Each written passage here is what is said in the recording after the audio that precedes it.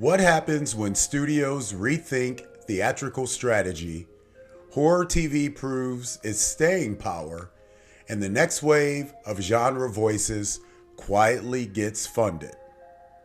This is the Final Cut, your daily pulse in horror. I'm Travis, and this is our Friday wrap-up for December 19th, 2025. Before we get into today's top stories, quick updates from our sponsors.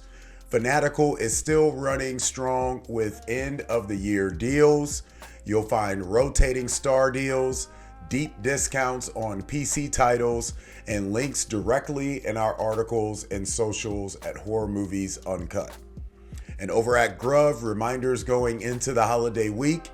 You can pre-order Five Nights at Freddy's 2 now in multiple formats: DVD, Blu-ray, 4K, Ultra HD, and Blu-ray Digital.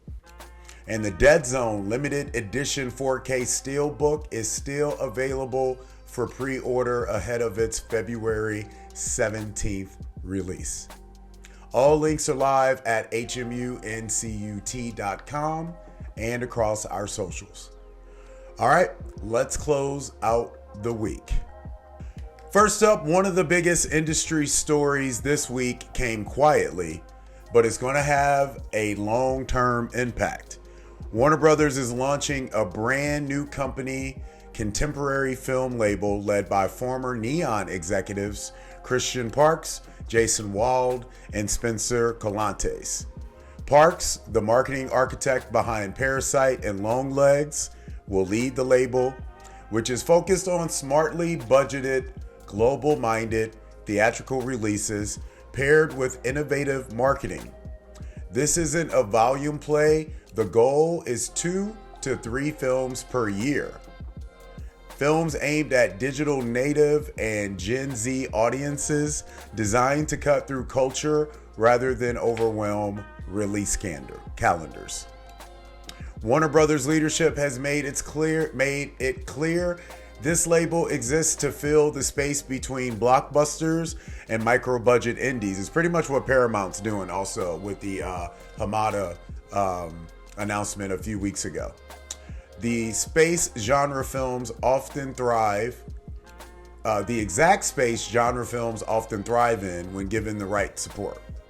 For horror, thriller, and boundary-pushing cinema, this is the kind of infrastructure shift that actually matters.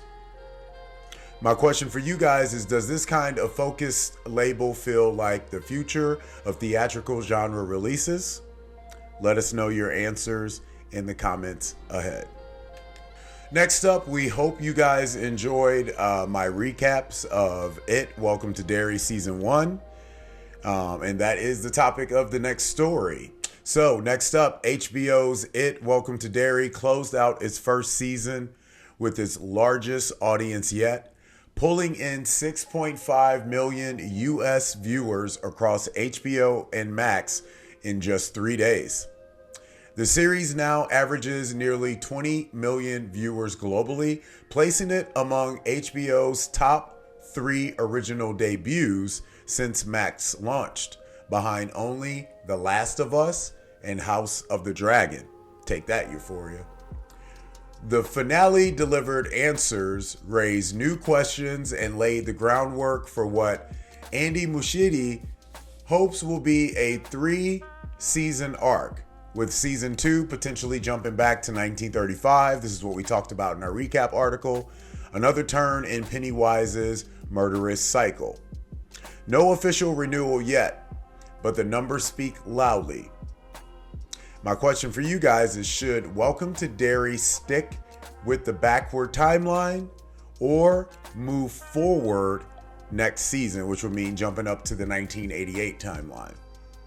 Let me know your guys' thoughts in the comments ahead. I'm actually hoping they do explore this stuff in the past, because why have it in the trailer? In the opening title sequence every week, you get to see you saw the picture of Pennywise shooting out of the bank building with the gangsters. That's that part that they're talking about, and it's a part of the book, so might as well. Okay, let me know what you guys think.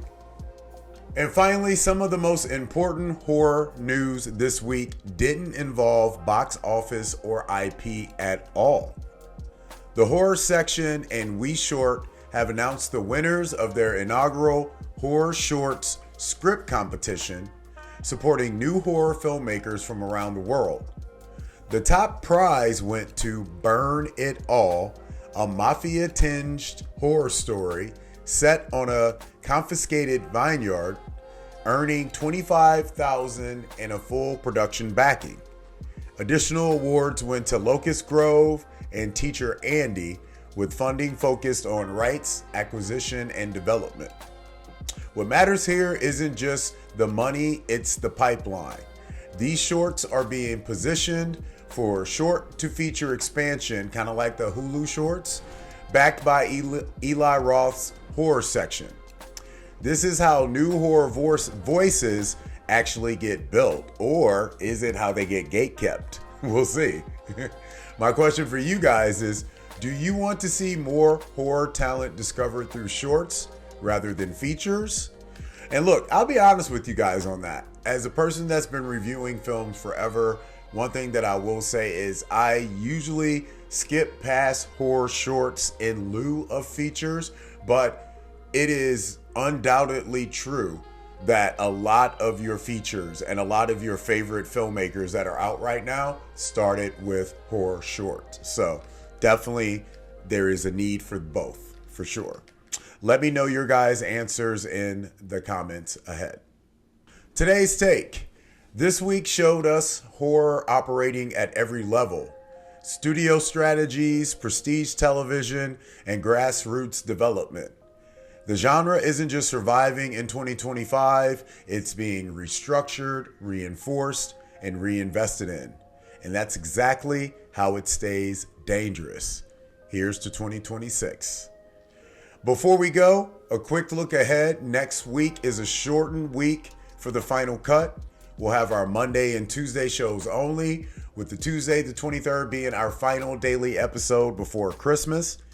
On Christmas Day, we are dropping something special, the Final Cut Extra Cut Edition, the top 10 horror films of 2025. That list will also land in 3 places: a full article on HMU, the dedicated podcast episode, and of course, coverage across all of our socials.